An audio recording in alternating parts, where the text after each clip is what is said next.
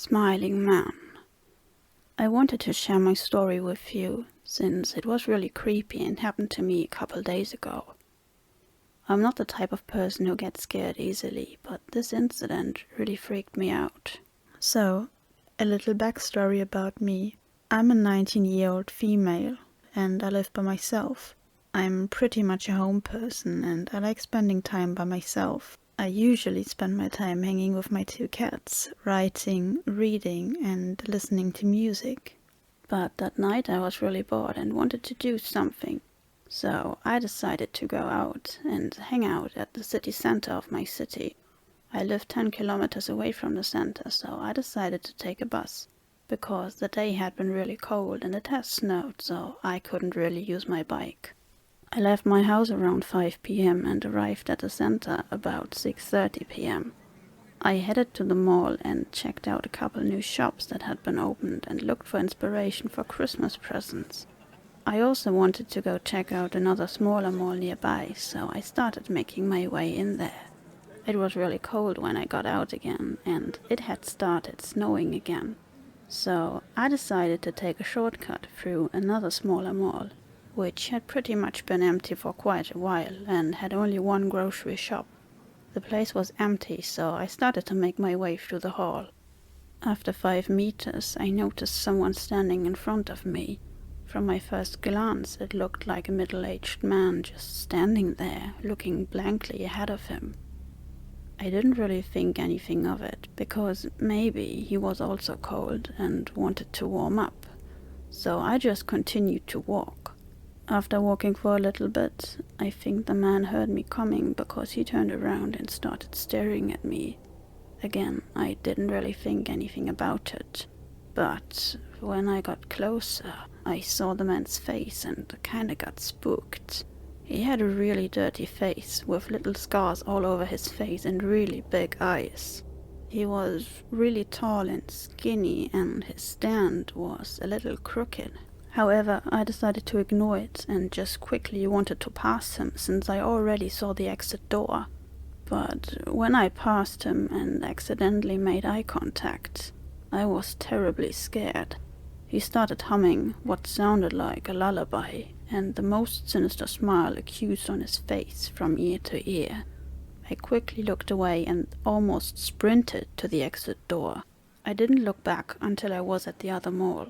I was creeped out, but thought to myself that it was just some drug user or a drunk guy, since they were really common in that part of the town. I spent some time at the other mall, soon forgetting this incident. Time went by really fast, and around 8:30 p.m. I decided to go buy some food and head home.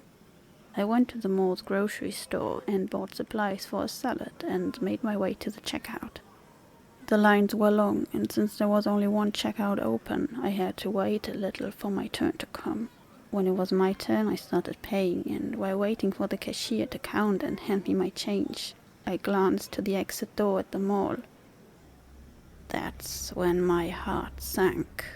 The same man was standing there, watching me and smiling.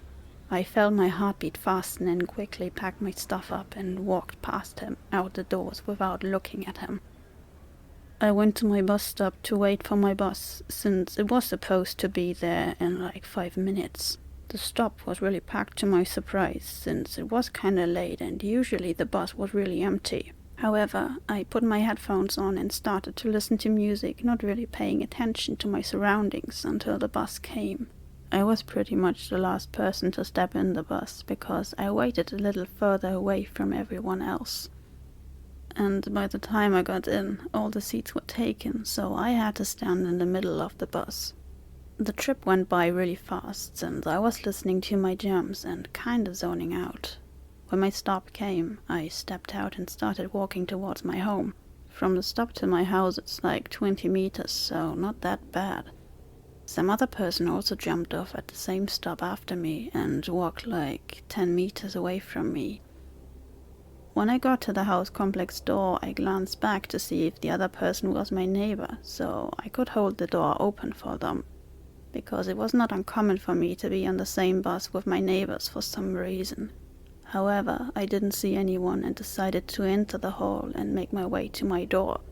I heard a loud noise coming from the main doors, as if someone with force tried to yank the door open. I almost went there to check it out, but something didn't feel right. I entered my house and double-checked that the door was locked. My apartment windows are headed to the road you need to walk to get to the apartments. So I checked the road if I saw someone, maybe my neighbor at the door or something. I didn't see anyone at the door anymore, so I started to unpack my stuff. After unpacking, I went to the kitchen to get a glass of water and glanced to the road, only to see a shadowy figure standing there. I got this uneasy feeling in my stomach and decided to close my blinds, since I live on the first floor and you can see inside my apartment from the street. After drinking, I went to the living room to watch TV and passed out, since I was really tired. I woke up at 11:30 p.m. to this weird noise coming from my balcony. I thought it was some teenagers once again throwing snowballs at the balcony window, because it wouldn't be the first time. I got up and went to the kitchen where my balcony door was and peeked through the blinds. And what I saw made my blood turn cold and turned my stomach upside down. It was the same man from the mall, knocking at my balcony window and smiling. I stepped away and reached for my phone in my pocket to call the police. I think the man saw me peeking, because I could really faintly hear him humming his lullaby and saying, "I saw you already. There's no point hiding. Come on out. I just want to ask something." I was so scared, I felt like I was gonna throw up. I called the police and still could hear the man knocking. I didn't move, didn't make a sound.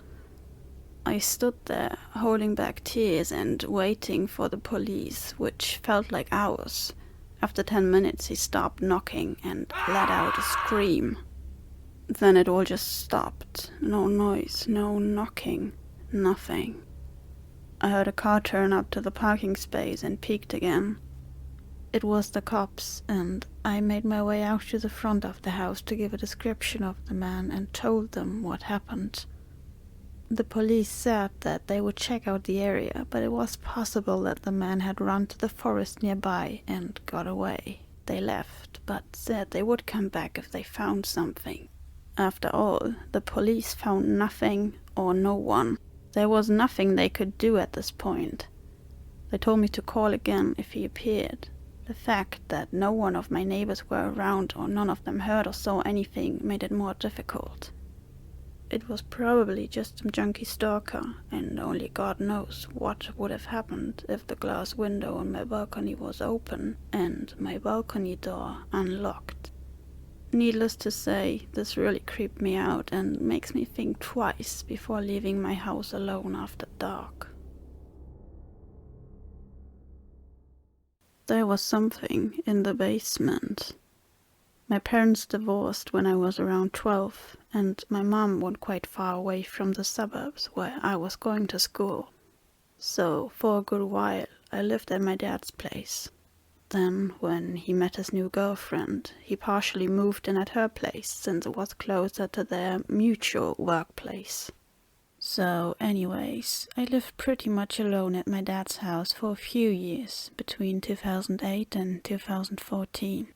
Besides the monthly visits from my dad to pick up his mail, I had the whole house to myself and had a blast most of the times. But being totally alone at night times in this house was kind of unsettling in the first month. But I gradually got used to it. After a year or two, I wouldn't even have the slightest feeling of uneasiness, even though the house felt creepy at times. After a few years of living there, partying and just having a great time for a 17-year-old, something weird happened. I got in front of the house and just had the weirdest and strong feeling that someone was home, as I never had before. As I was saying earlier, my dad would sometimes swing by to get his mail, but I noticed the parking lot was empty. I checked the front door, and it was locked. So I just shook it off and got in. I instantly dropped my bag by the doorway, opened the TV as a background noise, and sat at my laptop all on the first floor to send out some papers that were due the same day. All of a sudden, I heard the loud and clear sound of the downstairs washing machine door opening, some clothes being pulled out of it, and then the usual noise of the dryer with someone putting wet clothes in it, the selection knob, everything. I was frozen in fear at first, since I was still feeling a presence or something, but also tried to ignore it to feel better. But then I had a flash that my dad's girlfriend had plumbing issues the week prior, and I simply assumed that he dropped her off to do laundry while he went and ran some errands, reason why the parking lot was empty. I just felt some kind of relief, shouted my greeting to my dad's girlfriend, to no reply. But with the sound of the washing machine / dryer and it being so far down the basement, I figured she might have just not heard it. Then I hear the door of the dryer slam shut, the selection knob creaking, it being pulled, and finally the steps of someone walking steadily towards the staircase leading upstairs. The layout of the house made it so that I was sitting at the ground floor at the kitchen table on my laptop, and I could just stretch my neck a bit to the left to see the corridor leading to the stairs. I heard every step, every usual creaking of the stairs, all as normal as ever. And when it got to the last one, I greeted my dad's girlfriend, only to not see anyone popping out. I just stared in silence for a few seconds. Called her name a few times again. I remember holding on my headset being frozen in place, and just hoping to see her head pop out and laugh as if it was just a joke, and the day would keep on going on normally. But no, nothing. I slowly walked toward the staircase, expecting to see her stopped halfway for some reason. Even this eventual possibility was creeping me out.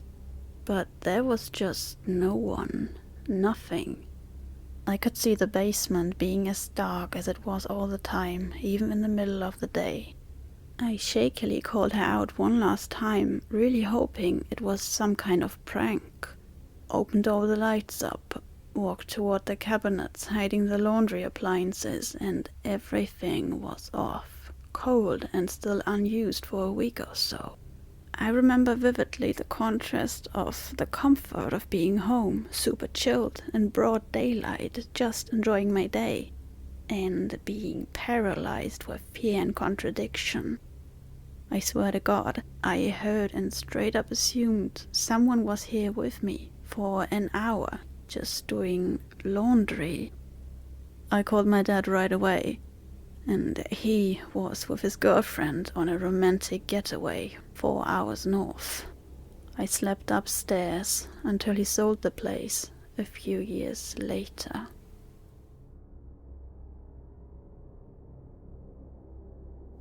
I cannot escape from it. As I lay in bed trying to fall asleep, I couldn't shake the feeling that something was watching me. I tried to ignore it, telling myself it was just my imagination, but the feeling only grew stronger. I slowly sat up, looking around my dark room. I didn't see anything out of the ordinary, but I could still feel eyes on me. I decided to get up and turn on the light, hoping that would dispel the eerie feeling. As I reached for the light switch, I heard a faint whisper in my ear. "Don't turn on the light," it hissed. "You don't want to see what's in here with you." My heart pounded in my chest as I hesitated, my hand trembling above the switch. Part of me wanted to turn on the light and face whatever was lurking in the darkness, but another part of me was terrified of what I might find. I took a deep breath and mustered up all my courage. I flicked on the light, and to my horror, I saw the figure from my nightmare standing in the corner of the room. It was tall and thin, with pale skin and dark, empty eyes. It stared at me with a wicked grin, its elongated fingers twitching with anticipation. I tried to scream, but no sound escaped my lips. I was frozen with fear, unable to move or speak. The figure began to move towards me. its footsteps echoing in the silence of the room. I closed my eyes, bracing myself for the worst. But instead of feeling the creature's touch, I heard a loud crash and felt a gust of wind. I opened my eyes and saw that the window had been shattered, and the figure was gone. I didn't know how it had escaped or why it had chosen to spare me. All I knew was that I needed to get out of that room immediately. I grabbed my things and ran out of the house, and not stopping until I reached the safety of my friend's house. As soon as I arrived at my friend's house, I called the police and told them what had happened. They came to my house and searched it, but they didn't find anything out of the ordinary. They even checked the window, but there was no sign of the broken glass or the figure that had escaped through it. They told me it was safe to return to my house, but I was still too scared to stay there. I decided to stay with my friend for a few more days until I felt ready to go back. When I finally returned to my house, I was nervous but determined to face my fears. I went to bed, determined to get a good night's sleep, but as I lay there, trying to drift off, I felt that familiar feeling of being watched. I opened my eyes and saw the figure standing at the foot of my bed, its dark eyes fixed on me. "You can't escape me," it whispered. I tried to scream, but once again, no sound escaped my lips. The figure reached out and touched my face, and I felt a sudden, overwhelming sense of dread. As I lay there, paralyzed with fear, I realized that the figure was not just some random monster. It was a manifestation of my own fears and anxieties, brought to life by my own mind. No matter where I go, it will always be there with me. No matter how fast I run, it will always catch up. I cannot escape from it.